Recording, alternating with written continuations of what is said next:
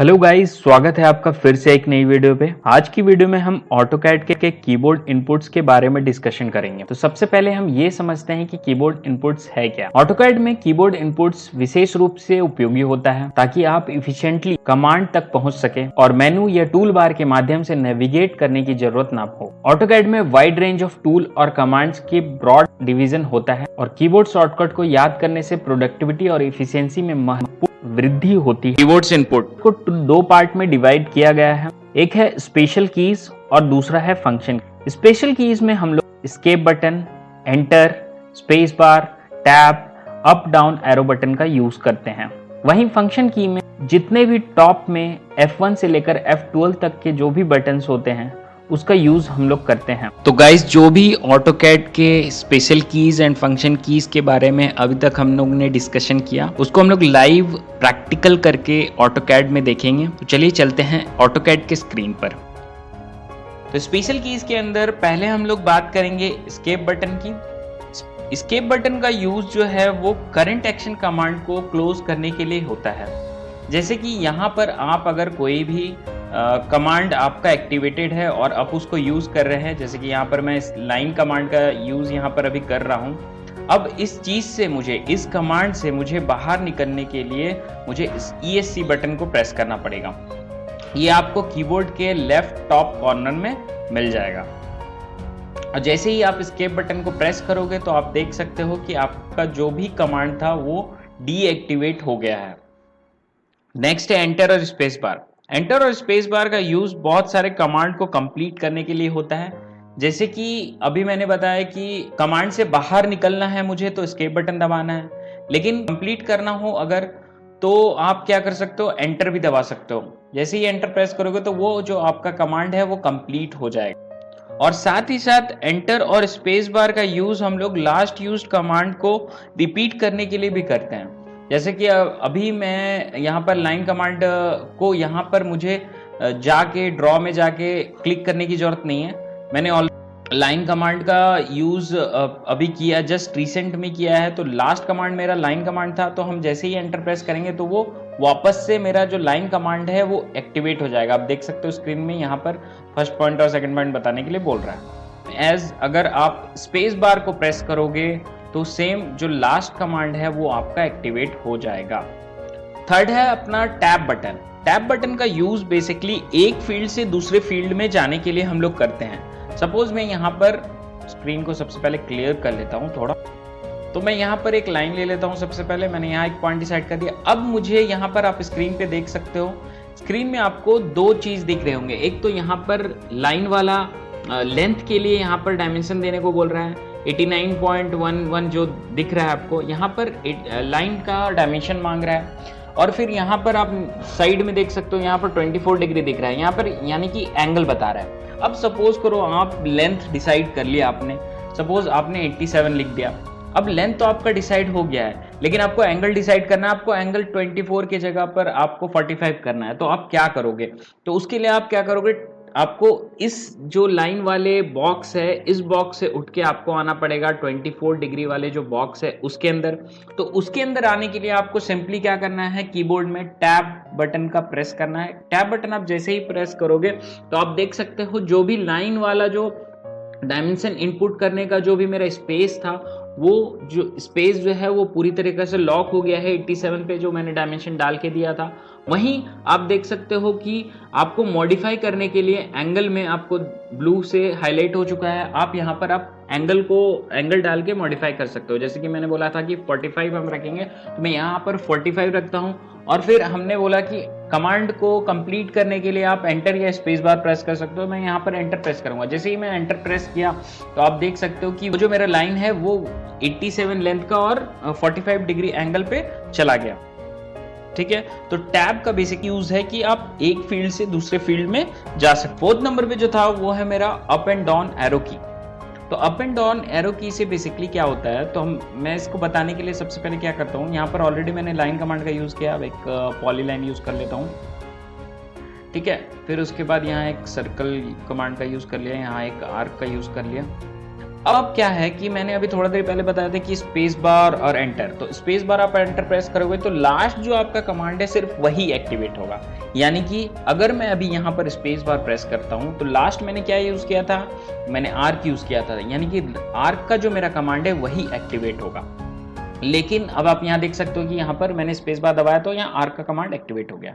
लेकिन आपको आर्क नहीं चाहिए, आपने एक साथ यहाँ पर अभी मल्टीपल्स ड्राइंग टूल्स के यूज किए हैं, जैसे कि लाइन का यूज किया है, पॉलीलाइन का यूज किया है, सर्कल किया है, आर्क किया है। तो आप इनमें आप चाह रहे हो कि मेरा जो सर्कल कमांड है वो आए, तो सर्कल कमांड के लिए अब लाने के लिए आप एक तो ये तरीका है कि आप यहाँ से ड्रॉ कमांड के अंदर जाके आप इसको क्लिक करके ला सकते हो, या फिर आप अप एरो की या फिर डाउन एरो की का मदद से कर सकते हो। तो यहाँ पर मैं क्या करूंगा, अब मैं अप एरो की बटन को प्रेस करूंगा तो आप देख सकते हो जैसे ही मैं अप एरो की का बटन को प्रेस किया तो यहाँ पर मेरे को दिखा रहा है कि आर्क जो मैंने लास्ट कमांड यूज किया था उसको वो दिखा रहा है। अब मैं चाहता हूँ कि सर्कल में आऊं तो सेम मैं एक बार फिर से अप एरो की बटन का यूज करूंगा।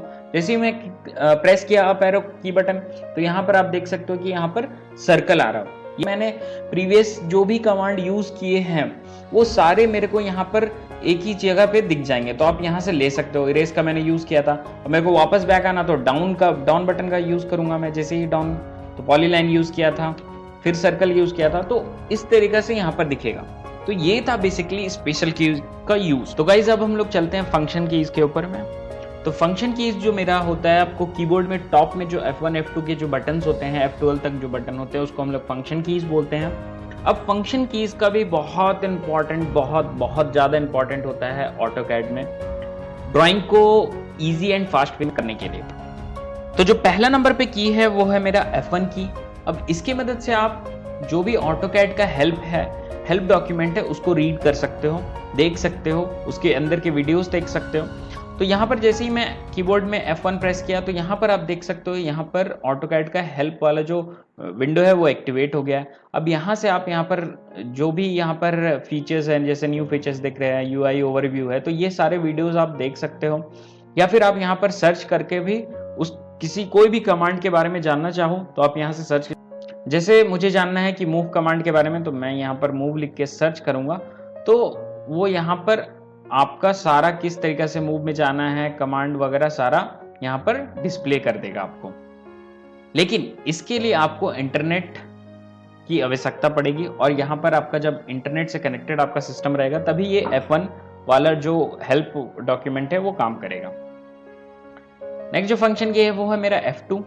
अब F2 जो है वो मेरा जो कमांड लाइन है, जैसे कि ये कमांड लाइन है मेरा, अब इसको अगर आपको एक्सपैंड करना हो, इनलार्ज करना हो, तो आप F2 कमांड का यूज कर सकते हैं। F2 कमांड जैसे ही मैं प्रेस करूंगा तो जो भी मैंने लास्ट कमांड यूज किए हैं यहाँ पर इस ड्राइंग को बनाने के लिए वो सारा यहाँ पर मुझे डिस्प्ले हो जाएगा। जैसे कि यहाँ पर आप देख सकते हो मेरा पहले इरेज का एरर आया है, फिर स्पेसिफाई हुआ है, फिर उसके पहले मैंने कैंसिल किया है। तो जो मैं प्रोसेस करता जाऊंगा ड्राइंग बनाने के लिए वो सारा चीज यहाँ से आप देख सकते हो F2 के हेल्प से। जैसे ही वापस से आप F2 प्रेस करोगे जो भी आपका कमांड एक्सपैंड हुआ था टैप्स हो जाएगा। नेक्स्ट जो मेरा है वो है F3 फंक्शन की। F3 फंक्शन की से ऑब्जेक्ट स्नैप ऑन ऑफ होता है। जैसे कि यहाँ पर मैं F3 प्रेस किया तो यहाँ पर आप देख सकते हो कि जो मेरा ऑब्जेक्ट स्नैप का आइकन है वो डीएक्टिवेट हो गया है। जैसे मैं प्रेस करूंगा तो ये एक्टिवेट हो गया। अब बात करते हैं कि ऑब्जेक्ट स्नैप है क्या। बेसिकली जब यहाँ पर आप लाइन कमांड कोई भी कमांड एक्टिवेट करोगे उसके बाद यहाँ पर जब भी आप लाइन में जहां पर भी आप लाइन ड्रॉ करना, जैसे मैं इस लाइन के एंड में जा रहा हूं तो यहाँ पर एक ग्रीन कलर का बॉक्स बन रहा है, तो ये बता रहा है कि आप एंड में आ चुके हो। तो यही है ऑब्जेक्ट स्नैप। अब जैसे ही मैं अगर मान लीजिए वापस F3 प्रेस कर दूं तो यहाँ पर ये मेरे को पता ही नहीं चलेगा कि मैं एंड पे हूं या नहीं हूं। जूम करूंगा तब भी ये नहीं बता पा रहा है कि मैं एंड पे हूं या नहीं हूं। तो ये क्या करता है, ये एक कंफर्मेशन टाइप का देता है आपको कि आप एंड में ही हो या फिर आप मिडिल में ही हो। तो इसके लिए आपको ऑब्जेक्ट स्नैप को ऑन रखना पड़ेगा। तो इसके यहाँ पर मैं वापस से F3 प्रेस करता हूँ तो ऑब्जेक्ट स्नैप में बहुत सारा कमांड आता है, चाहे आप एंड हो गया, मिड हो गया, बहुत सारा मल्टीपल्स ऑप्शन आपको मिल जाते हैं। उसके लिए आपको क्या करना है, ऑब्जेक्ट स्नैप का आइकन यहाँ पर आपको मिल जाएगा, इसको राइट क्लिक करना है। तो यहाँ पर आप देख सकते हो यहाँ पर आपका कौन कौन सा चीज एक्टिवेटेड है। जैसे कि यहाँ पर एंड पॉइंट एक्टिवेटेड है, जैसे ही मैं इसको डीएक्टिवेट कर देता हूँ सपोज, तो यहाँ पर जो भी मेरा ट्रैकिंग है एंड पॉइंट के रिगार्डिंग वो देना बंद कर देगा। यहाँ पर आप देख सकते हो कि जो भी मेरा ये ट्रैक कर रहा था एंड पॉइंट, वो मेरा बंद हो चुका है। इसी के लिए यहाँ पर जब भी ड्राइंग करें तो यहाँ सारा चीज को एक्टिवेट रखना जरूरी है। उसके बाद नेक्स्ट जो मेरा है वो है F4, जिससे कि हम लोग same process 3D object snap को ऑन ऑफ करते हैं। बेसिकली जब हम 3D पे काम कर रहे होते हैं तो उस वक्त अगर मुझे स्नैप की जरूरत पड़ती है 3D ऑब्जेक्ट में, तो यहाँ पर हम लोग F4 बटन को एक्टिवेट करके 3D ऑब्जेक्ट का आइकन को एक्टिवेट कर सकते हैं और उसके जरिए यहाँ पर 3D ऑब्जेक्ट को ट्रैक कर सकते हैं। जो मेरा फंक्शन की है वो F5 से हम लोग आइसोप्लेन को चेंज कर सकते हैं और ये बेसिकली हम लोग 3D में यूज करते हैं। जैसे कि यहाँ पर अभी ये जो स्ट्रक्चर है ये 2D प्लेन है, तो सबसे पहले हम क्या करेंगे, इस फंक्शन की को दिखाने के लिए मैं इसको 3D प्लेन में कन्वर्ट करता हूँ। उसके लिए आपको क्या करना पड़ेगा, सिंपली DS प्रेस करना पड़ेगा, एंटर, ड्राफ्टिंग सेटिंग में जाना पड़ेगा। वहां पर आपको स्नैप एंड ग्रिड के अंदर, स्नैप टाइप के अंदर रेक्टेंगुलर स्नैप और आइसोमेट्रिक स्नैप दिखेगा। तो जब आप ये आइसोमेट्रिक स्नैप को ऑन कर दोगे और अप्लाई कर दोगे तो यहाँ पर आप देख सकते हो कि यहाँ पर 3D वाला जो व्यू है वो एक्टिवेट हो गया है। अब मैं क्या करता हूँ, यहाँ पर F5 को प्रेस करता हूँ। जैसे ही मैं F5 को प्रेस किया तो यहाँ जो अभी मेरा विंडोज है ये राइट आइसोप्लेन में हूँ मैं। जैसे ही मैं F5 को वापस से प्रेस करूंगा तो लेफ्ट में चला जाऊंगा, फिर प्रेस करूंगा तो यहाँ पर टॉप में आ गया, फिर प्रेस करूंगा तो राइट में चला गया। तो इस तरीके से आप प्लेन को चेंज कर सकते हो। अब मैं वापस से इसको रेक्टेंगुलर स्नैप में ही कर देता हूं। नेक्स्ट जो मेरा फंक्शन की है वो है F7 से आप ग्रिड को ऑन ऑफ कर सकते हो। जैसे कि यहाँ पर आप देख सकते हो कि ये जो मेरा लाइन दिख रहा है बॉक्स, तो ये ग्रिड बोलते हैं इसको। अब जैसे ही मैं F7 प्रेस करूंगा तो यहाँ से वो ग्रिड हट जाएगा बिल्कुल भी। और यहाँ पर आप देख सकते हो यहाँ पर ग्रिड का सिंबल आ रहा है, वो भी डीएक्टिवेट हो चुका है। तो जैसे ही वापस से F7 करूंगा मैं प्रेस, तो यहाँ पर ग्रिड जो है वो एक्टिवेट हो जाएगा। नेक्स्ट जो मेरा फंक्शन की है वो है F8, जिससे कि हम लोग ऑर्थो मोड को ऑन ऑफ कर सकते हैं। अब यहाँ पर हम एक लाइन कमांड लिया। अब यहाँ पर हम देखिए कि मैं जब लाइन को मूव करा रहा हूं तो ये किसी भी डिग्री पे मूव कर रहा है, किसी भी एंगल पे मूव कर रहा है। जैसे ही मैं F8 प्रेस कर दूंगा तो जो भी मेरा 90 पे लाइन रहेगा सिर्फ उसी को ट्रैक करेगा और उसी को हम लाइन ड्रॉ कर सकेंगे। तो ऑर्थो मोड का बेसिकली यही काम रहता है। नेक्स्ट जो मेरा फंक्शन की है वो है F9 से हमारा स्नैप मोड ऑन ऑफ होता है। स्नैप मोड क्या होता है कि सपोज यहाँ मैंने एक लाइन लिया, अब लाइन से यहाँ मैं, अब देखो कि मैं जैसे ही लाइन का लेंथ को इंक्रीज कर रहा हूँ तो ये 10 के इंक्रीमेंट पे इंक्रीज हो रहा है। देखो 53 है, फिर मैं एक बढ़ाया तो 63 हो गया, फिर मैंने एक इंक्रीज किया तो 72 हो गया। तो ये 10 पे इंक्रीज हो रहा है। तो यहाँ पर आपको दिख जाएगा स्नैप मोड का आइकन।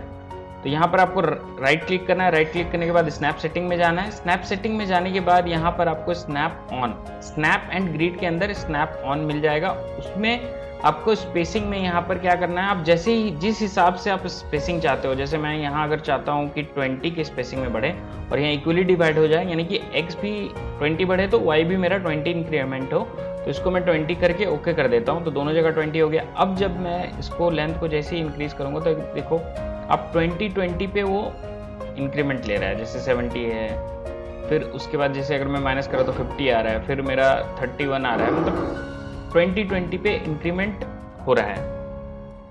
तो अब क्या करेंगे कि इसको हम लोग जनरल केस में इसको हम लोग 0.5 रखते हैं ताकि हम लोग को ड्राइंग बनाने में इजी हो। तो इसको हम लोग 0.5 में रखते हैं। तो देखिए इस तरीके से हम इंक्रीमेंट कर सकते हैं। नेक्स्ट जो मेरे टूल है वो है पोलर ट्रैकिंग। पोलर ट्रैकिंग क्या है कि बेसिकली जब आप पोलर ट्रैकिंग को ऑन कर दोगे तो पोलर ट्रैकिंग में जो भी इंक्रीमेंट एंगल दिया रहेगा उस हिसाब से ये इस लाइन को वो ट्रैक करेगा। जैसे कि यहाँ पर देख सकते हो आप, जैसे अभी मैंने 0 है, 0 में ग्रीन लाइन दिखा रहा है, फिर जैसे ही मैं एक इंक्रीज किया तो वो डायरेक्ट यहाँ पर 10 में ग्रीन लाइन दिखा रहा है। तो यहाँ पर जो इंक्रीमेंट एंगल है 10 के गैप पे दिया हुआ है। ये सेटिंग जो है ये आप खुद से कर सकते हो। उसके लिए आपको क्या करना है, यहाँ पर ये जो डाउनवर्ड आ रहा है उसमें क्लिक करना है, उसके बाद यहाँ पर ट्रैकिंग सेटिंग में जाना है। एक तो ये तरीका है, या फिर आप डायरेक्ट यहाँ पर DS लिख सकते हो। DS लिख के एंटर प्रेस करोगे तो आप ड्राफ्टिंग सेटिंग में चल जाओगे और यहाँ जाने के बाद पोलर ट्रैकिंग के अंदर यहाँ पर आपको इंक्रीमेंट एंगल दिख जाएगा। अब इंक्रीमेंट एंगल में आप जो भी आपको इंक्रीमेंट एंगल डालना है आप यहाँ डाल सकते हो। जैसे कि मैं अगर मान लीजिए यहाँ पर 30 कर दूं तो अब जो मेरा ट्रैकिंग होगा वो होगा 30 डिग्री पे। जैसे कि यहाँ पर आप देख सकते हो, जैसे मैं 30 पे गया एक ग्रीन डॉटेड लाइन आ गया। अगर मैं कर्सर को बीच में रोक रहा हूँ तो इसमें ग्रीन लाइन आपको शो नहीं करेगा, इट मीन्स ये ट्रैक नहीं कर रहा है। जैसे ही ये 60 पे गया, क्योंकि मैंने क्या किया था कि इंक्रीमेंट एंगल 30 डाला था, तो 30 डालने की वजह से क्या हुआ कि जो इंक्रीमेंट एंगल 30 के बाद 60 आता है तो 60 पे वो ट्रैकिंग दिखा रहा है कि ग्रीन डॉट लाइन दिखा रहा है, फिर ये 90 पे दिखाएगा। तो इस तरीका से आप पोलर ट्रैकिंग की मदद से आप लाइन को ट्रैक कर सकते हो। नेक्स्ट जो मेरा फंक्शन की है वो है F11 से ऑब्जेक्ट स्नैप ट्रैकिंग को हम ऑन ऑफ कर सकते हैं। जैसे ही मैं यहाँ पर F11 प्रेस करता हूँ तो यहाँ पर आप देख सकते हो कि जो भी ऑब्जेक्ट स्नैपिंग है वो मेरा ऑफ हो गया है। जैसे मैं इसको प्रेस किया तो यहाँ पर ये देख सकते हो कि ऑब्जेक्ट स्नैपिंग जो है वो ऑन हो गया है। बेसिकली अब ऑब्जेक्ट स्नैप ट्रैकिंग होता क्या है वो देख लेते हैं। मान लीजिए कि यहाँ पर आपने एक लाइन खींचा है, अब ये सेम लेंथ का लाइन एक पैरेलल लाइन आपको ड्रॉ करना है। तो अब क्या है कि आप यहाँ पर आपका कोई भी एक्सिस नहीं है, तो आप क्या कर सकते हो, एक तो यहाँ से ऐसा लाइन लेके ड्रॉ कर सकते हो। तो ऐसा बिल्कुल भी करने की जरूरत नहीं। यहाँ पर आपको क्या करना है, ऑब्जेक्ट स्नैपिंग को ऑन रखना है, और ऑन रखने से आप वापस से लाइन कमांड को लेके यहाँ से इस लाइन को ट्रैक कर सकते हो। जैसे कि मैं यहाँ पर ट्रैक कर रहा हूँ, यहाँ पर मैंने ऐसा करके ट्रैक कर लिया। अब सेम यहाँ से भी मैं इसको ट्रैक कर लेता हूँ। तो इसको ही बोलते हैं ऑब्जेक्ट स्नैप ट्रैकिंग।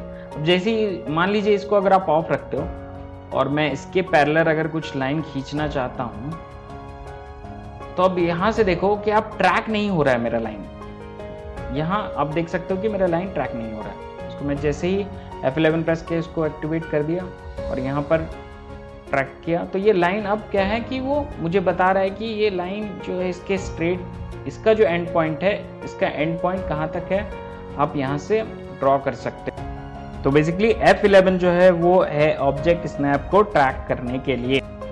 नेक्स्ट जो फंक्शन की है वो है F12, और F12 से आप डायनेमिक इनपुट को ऑन ऑफ कर सकते हो।